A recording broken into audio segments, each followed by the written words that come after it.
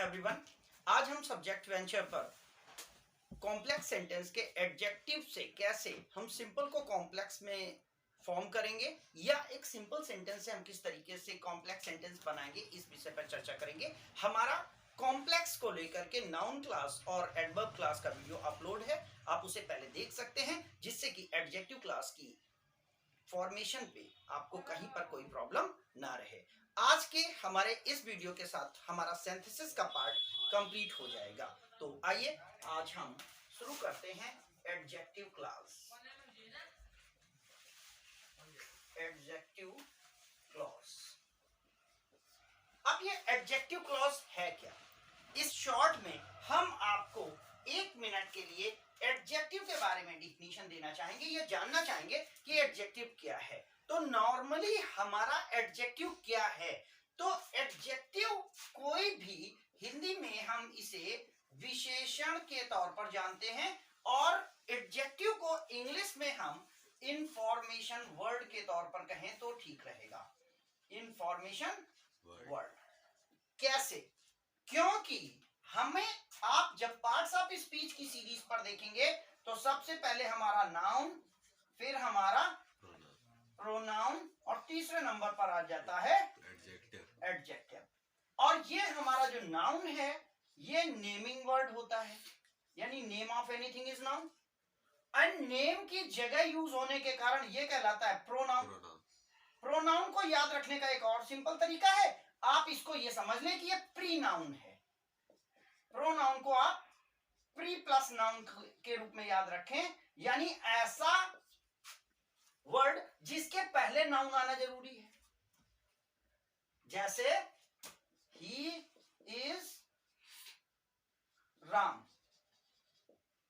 ऐसे सेंटेंस गलत होगा, ही इज राम नहीं होगा, आप बोलेंगे दिस इज राम। और इसके बाद आप ही इज माई ब्रदर ऐसे बोलते हैं, यानी बाद में हम ही का प्रयोग करेंगे तो वो ही हमारा राम के लिए आएगा। यानी प्रोनाउन वो है जो नाउन की जगह यूज होता है, तो उसके पहले नाउन का आना जरूरी है। तो इस तरीके से नाउन और प्रोनाउन दोनों के दोनों नाम के लिए आते हैं। किसके लिए आते हैं? नाम के लिए। और तीसरा नंबर पे आ गया एडजेक्टिव। तो एडजेक्टिव, नाम के अलावा कोई भी इंफॉर्मेशन अगर हमें मिल रही है तो वो हमारा एडजेक्टिव। बात समझ में आ रही है? Yes sir. जैसे हम किसी भी जगह पर देखें, मान लीजिए आप यहाँ पे हैं, ऊपर फैन है आपके, तो ये फैन जो है ये नाउन है। फैन क्या है? नाउन है। फैन नाउन है। अब फैन को छोड़ करके अगर फैन की कोई भी आप क्वालिटी ध्यान दें, वो इलेक्ट्रिक का है, देखिए कितनी क्वालिटी आ सकती हैं। इलेक्ट्रिक सीलिंग फैन है, ठीक है ना, और प्लास्टिक फैन है, मेटल हैंगिंग है, ओके, फास्ट है, कंपनी का नाम ले लीजिए, उषा का है। अब किसी भी चीज को लेकर, सर उषा भी तो नाम हुआ। उषा कंपनी का नाम है, इसलिए मैं कह रहा हूं कि उषा फैन है, फैन ऑफ उषा या उषा का फैन, है ना। कुछ समय पहले एक था ओरिएंट कंपनी आती थी, और बहुत अच्छा उसका ब्रांड आता था, तो वहां पे बात करता था वो। ओरिएंट का एक फैन आया था जिसका नाम था PSPO। ओरिएंट का PSPO आप भी सर्च करेंगे तो मिल जाएगा। वहां पर अक्सर दिखाया गया है एक वीडियो में कि ओरिएंट PSPO। बोले ये PSPO क्या होता है? पूरे शहर में हल्ला मच जाता है, PSPO नहीं जानता, PSPO नहीं जानता, PSPO नहीं जानता। मतलब PSPO उसकी कहीं ना कहीं कोई ना कोई क्वालिटी थी। मैंने इस PSPO को क्यों बताया? क्योंकि ये PSPO एडजेक्टिव है, उस फैन की स्पेशल क्वालिटी बताने वाला एडजेक्टिव है। अब शायद आप एडजेक्टिव को समझ चुके होंगे। तो एडजेक्टिव के पहले हमेशा ध्यान रखिएगा, नाउन का आना जरूरी है। नाउन आना जरूरी है, और नाउन के पहले एडजेक्टिव आता है। एडजेक्टिव कहाँ आता है? नाउन से पहले। नाउन के पहले। तो ये फॉर्मेशन हमारी हमेशा बनी रहेगी, यानी हमारा जो विशेषण का फॉर्मेशन रहेगा वो ये रहेगा, एडजेक्टिव प्लस नाउन। ये चीज हमारे पास आई होगी। सिंपल सेंटेंस में ये बना होगा सेंटेंस, या दो सेंटेंसेस होंगे तो अलग अलग होगा। दूसरा सेंटेंस पहले में नाउन इंट्रोड्यूस होगा, जैसे अभी इसको थोड़ा सा रफ कर दे, ये वाला पोर्शन, ठीक है, इतना बना रहने देते हैं। अब यहां पे देखिए, मैंने कहा कि Rana Pratap was king of Mewar and he was brave. He was brave. अब आप देखिए, तो मैंने ऑलरेडी इसको अंडरलाइन कर दिया है। ब्रेव क्या है, किसकी इंफॉर्मेशन दे रहा है? राणा प्रताप। तो राणा प्रताप कौन थे? किंग ऑफ मेवाड़ थे। और वो कौन थे? ब्रेव। तो ये जो है ये एडजेक्टिवल फ्रेज है। क्या है ये? Adjectival phrase. यानी एडजेक्टिव के जैसा काम करने वाली है कि ग्रुप, शब्दों का एक समूह फ्रेज है। और ये चूंकि वन वर्ड है, ये क्या है? तो ये क्या हो जाएगा? एडजेक्टिव। समझ में आया नहीं आया? Yes, sir. अब अगर इस सेंटेंस को हमको कॉम्प्लेक्स से बनाना है तो हम कैसे जोड़ेंगे? मैंने कहा था कॉम्प्लेक्स बनाने का मतलब एक सेंटेंस के साथ दूसरा सेंटेंस मिक्स हो जाएगा, कनेक्ट नहीं होगा। मिक्स हो जाए। अगर जुड़ेगा तो कंपाउंड होगा, और अगर टूट जाएगा तो सिंपल बनेगा। और अगर उसके साथ वो सेंटेंस फॉर्म होकर के आ जाता है तो कॉम्प्लेक्स। सिंपल उसमें समाहित हो जाएगा, एक ही सेंटेंस बचेगा। कंपाउंड में दोनों रहेंगे लेकिन जुड़ जाएंगे तो ज्वाइंट हो जाएंगे। कॉम्प्लेक्स में एक सेंटेंस के साथ दूसरा सेंटेंस इंटरमर्ज हो जाएगा। तो यहां पर अब चूंकि मैंने कहा कि हम बात कर रहे हैं एडजेक्टिवल क्लास की, ये complex banana by using adjective. तो हमारा एडजेक्टिव ये है ना, ये दूसरा वाक्य है ना। अब ये वाक्य किसकी विशेषता बता रहा है? राणा प्रताप की। तो राणा प्रताप कौन है? A person.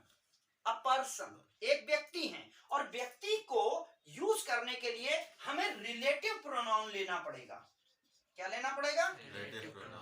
Relative pronoun. अब ये रिलेटिव प्रोनाउन क्या होता है? एक और कंफ्यूजन। तो प्रोनाउन क्या होता है पीछे डिस्कस कर चुके हैं कि pronoun is a word that can be used in the place of noun. और जब कोई भी प्रोनाउन पहले आए किसी नाउन के लिए रिलेशन बताए, समझ में आया नहीं आया? रिफ्लेक्स करके मीनिंग दे तो वो रिलेटिव प्रोनाउन हो जाएगा। क्या हो जाएगा?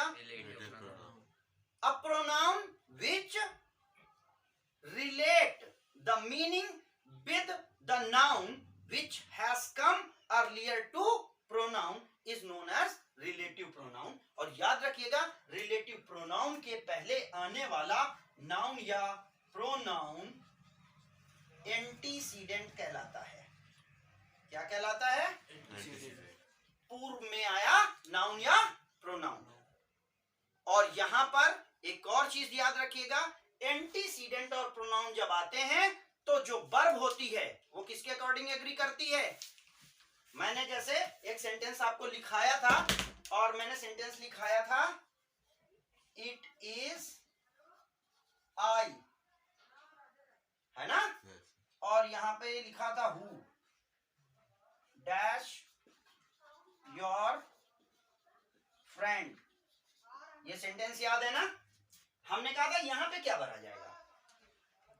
या तो यहां पे एम आएगा या इज आएगा, है ना? अब आप बताइए क्या आएगा? इज गलत है। हु के अकॉर्डिंग इज आने से रहा, क्योंकि हु किसके अकॉर्डिंग आया है? आई के। तो वर्ब किसके अकॉर्डिंग आएगी? आई के। यहाँ पे हो जाएगा who am your friend. Remember properly, rules rules होते हैं और कंटेंट कंटेंट होता है। ठीक है ना? कंटेंट कंटेंट होता है। अगर आप नहीं देख पाते हैं तो देखना सीखिए, सर्च करना सीखिए, क्योंकि अगर आप खोजना नहीं जानते तो वैल्यू आप कर नहीं पाएंगे। आपके पास क्या पड़ा है क्या नहीं आपको पता ही नहीं है। जिंदगी में उसने बड़ी बात कर ली जिसने खुद से मुलाकात कर ली। अगर आप खुद के बारे में सीख गए, तुम्हें अपनी वक्त नहीं पता है, दूसरा कैसे तुम्हारी वक्त करेगा। खुद की वैल्यू तुम नहीं जान रहे हो और सोच रहे हो तुमको वैल्यूएबल मान लिया जाए। आप खुद को लाइक नहीं करते हो, सोच रहे हो दूसरा तुमको लाइक करने लगे। Love yourself, talk to yourself, enrich power of yourself. खुद की ताकत बढ़ाओ, खुद से बात करो, खुद के बारे में जानो और खुद को समझो और खुद को पावरफुल बनाओ। दुनिया में क्या नहीं मिल जाता। रामचरितमानस में लिखा है, सकल पदार्थ हैं जगमाही, कर्महीन नर पावत नाही। Everything is in the world, the idle and lazy person can not get. मिलेगा किसे नहीं, जो इसको मिलता नहीं। आप अगर वो बिल्ली हैं जो मछली भी खाना चाहती है और पानी नहीं, हाथ भी नहीं भिगोना चाहती, पंजा भी ना भीगे, तो फिर वो चला। जिन ढूंढा तिन पाइया, गहरे पानी बैठी, मैं बापुरा बूढ़न के भय से रहा किनारे बैठ। दुनिया में हर उस शख्स को सफलता मिल गई है जिसने अपना सब कुछ भूल करके मेहनत की है। और आप लोग क्या कहेंगे, हार जाएंगे तो क्या होगा, बेइज्जती हो जाएगी। खुद पे हंस लो, लेकिन एक बार खुद के बारे में सोच लो, आप डेवलप हो जाएंगे। ये मैं इसलिए कह रहा हूं क्योंकि सब कुछ तुमको बता चुका हूं, पूरा पूरा वीडियो पड़ा है कंटेंट का। यहाँ पे हु के साथ इज लगा रहे हैं आप, शर्म नहीं आ रही है। तो यहां पर रिलेटिव प्रोनाउन की अब बात करें, नहीं तो फिर ज्यादा हो जाएगा। क्लियर है?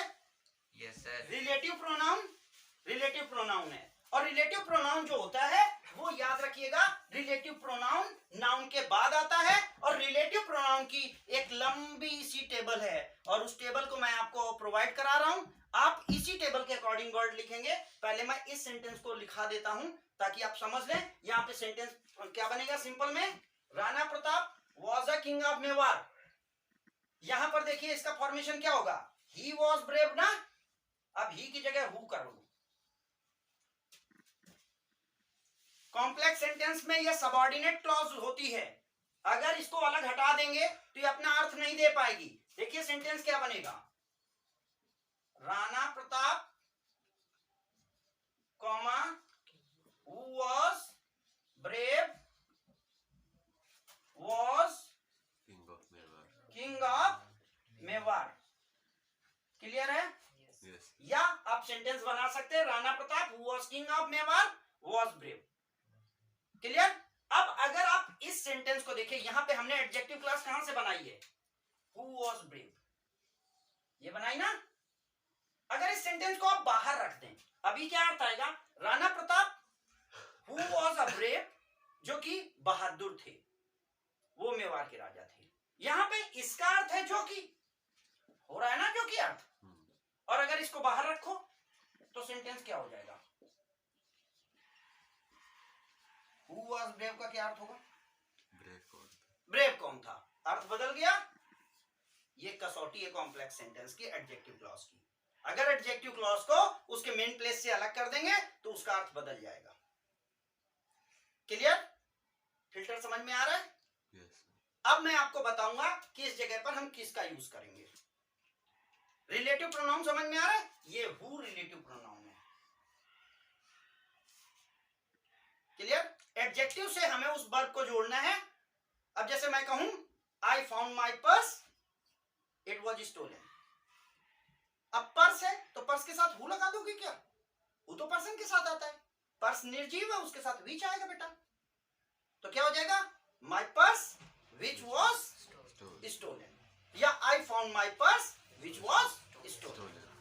तो पर्स के साथ क्या आया, विच आया, पर्सन के साथ क्या आएगा, हु आएगा, फैक्ट के साथ ऑब्जेक्ट होगा तो हुम आएगा, टाइम होगा तो व्हेन आएगा, रीजन होगा तो वाई होगा, मेथड होगा तो हाउ होगा, प्लेस होगा तो वेयर होगा, फैक्ट होगा तो व्हाट होगा। तो लेट्स क्रिएट अ टेबल जिससे कि हमें पता चले कि हम किसके साथ किसको यूज करेंगे। बाकी एडजेक्टिव क्लास इतना ही है।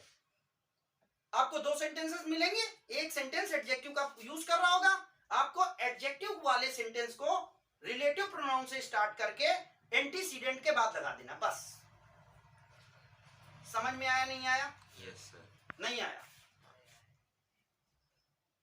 I sold my car, it was costly one. तो क्या हो जाएगा? I sold my car which was costly Costly. One. Car बेची ना। I want to know the reason